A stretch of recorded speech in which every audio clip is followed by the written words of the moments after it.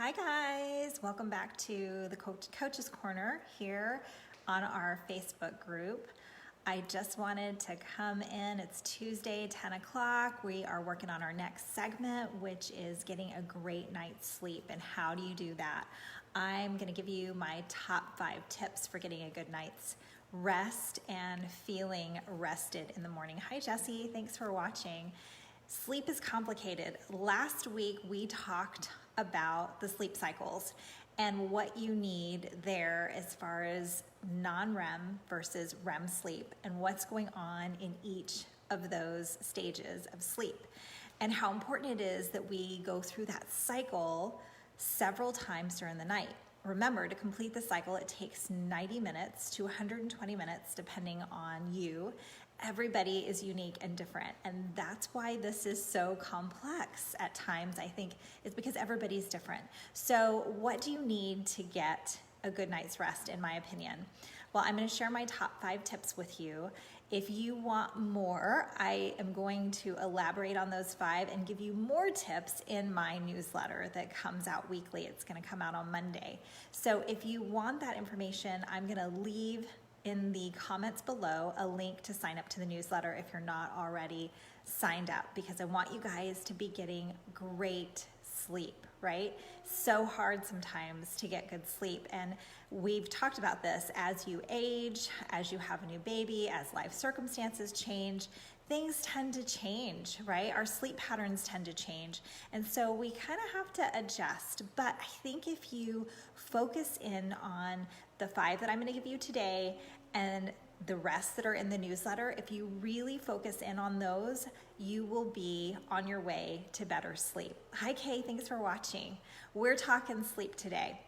So let's see, a good night's sleep starts the day before or the day of, right? That is when you get started on a good night's rest. So think about it as soon as you wake up in the morning. What are the things that you can do throughout the day that are going to help you to get a good night's rest? And one of those things is to be consistent. That's my number 1. Wake up at the same time, go to bed at the same time, on the weekends, on the weekdays. Your body is on the circadian rhythm, on the clock, right?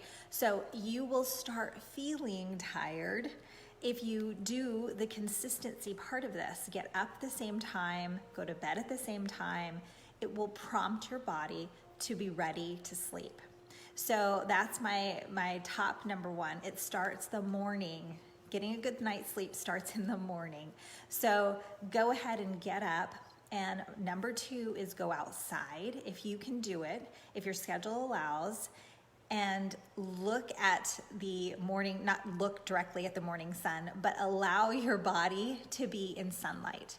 Because again, your body's on that circadian rhythm. It's going to set the tone for you that it's time to wake up. I'm saying go out there without sunglasses, you guys, because that sun needs to penetrate those eyes. So it actually helps you spend 15, 20 minutes outside doing what, maybe have your morning coffee outside if you can do it and your schedule permits, but get out there, go for a walk. Maybe you get up before the sun. That's fine too, but find a moment in your day to get outside and be out in sunlight so that it's setting the tone for your body to be awake. That's number 2. Number 3 is to get exercise. Get exercise. And preferably, again, in the morning, right? In the morning. Why? Because it sets the tone for your body. We're trying to prepare the body to be tired by the time you go to bed. Now, I know a lot of people will wait to exercise until after work, maybe. You know, they're getting home at 5 o'clock, they're exercising at 6, maybe 7, maybe 8 o'clock. Too late if you're going to bed in that 3-hour window. I want you to exercise 3 hours before you are going to bed. Why? Because it's revving you up. That's one of the reasons I like doing it in the morning. It sets the tone for the rest of my day.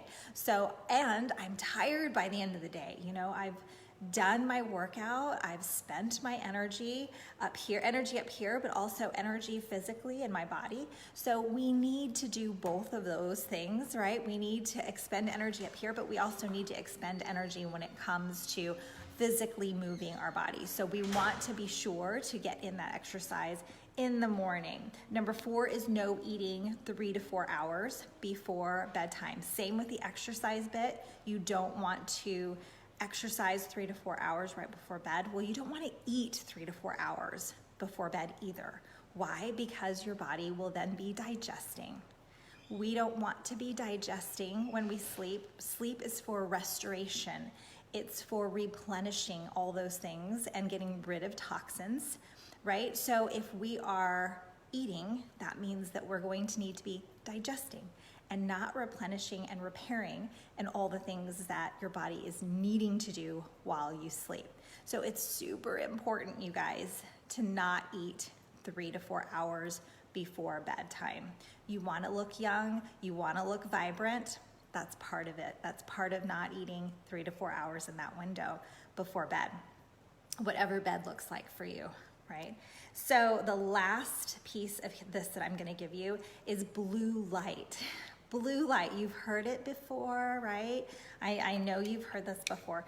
These are the glasses that I use during the day. If I'm going to work on the computer for any length of time, I'm wearing these glasses to block out the blue light of the computer. A lot of people have this blue light. Hi Violet, thanks for watching. A lot of people have these glasses, this blue light tint on their regular glasses. And it's very helpful. They say just for everyday use.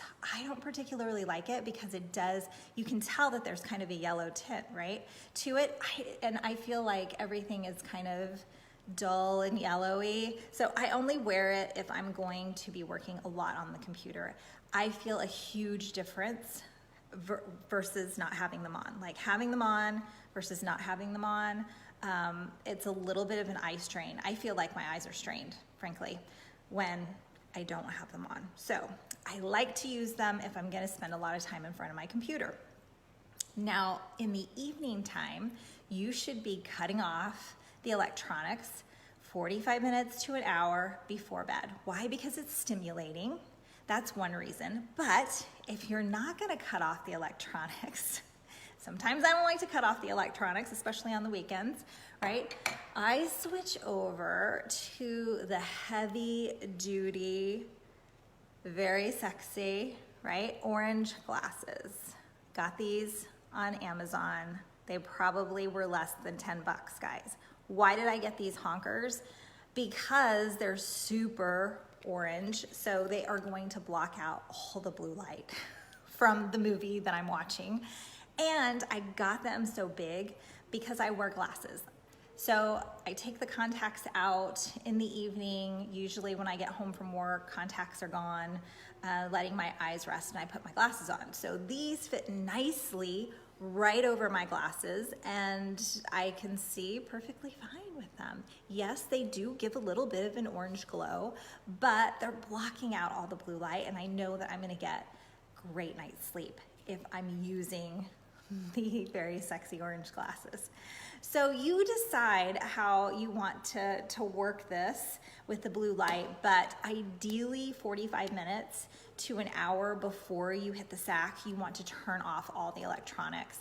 Get a good book, a real book, not reading from your Kindle or your iPad, because again, that blue light, unless you can block the blue light from your iPad or Kindle as you're reading, just, you want to wind down. That wind down process needs to start about 45 minutes before you go to bed. So if you have younger kids, put them to bed earlier, right? Way earlier than you're going to bed, so that you have that moment of winding down. This is not the time to start a difficult conversation with your partner, by the way. Not a good time, right? This is a time to wind down. So no hard conversations in the evening time, nothing stimulating, no workouts, no eating 3 to 4 hours before bed. And those are my top 5 tips if you're interested in getting a good night's rest. If you want more tips, they're gonna be in my newsletter, like I said, coming out Monday, and they'll be more extensive talking about all of these things from that newsletter on Monday, guys. I'm glad to be back from Colorado. My trip was fantastic. I'm going to do a blog on that, so I will let you know. Thank you for all the encouragement that you guys have given me from the pictures and videos that I posted. I'm so thankful that my husband had the GoPro on and he caught most of what happened there on the trip. It was super fun. Again, thank you for all the encouragement from you guys. It was clearly the hardest thing that I have ever done when it comes to my fear of heights. But I'm having a lot of fun on this adventure series that we're doing this month.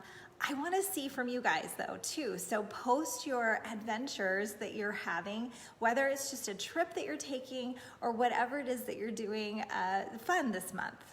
Post fun stuff that you're getting out of your comfort zone. We want to see it this month. So have a great day, guys. I will be back next Tuesday to talk on supplements. Supplements to getting a good night's rest. I know for a lot of people, these tips and tricks that I'm giving, sometimes they don't work. Sometimes it's just not working for you and you need a little bit more. So we're going to talk about supplements next Tuesday. Have a great day, guys, and I will be back soon.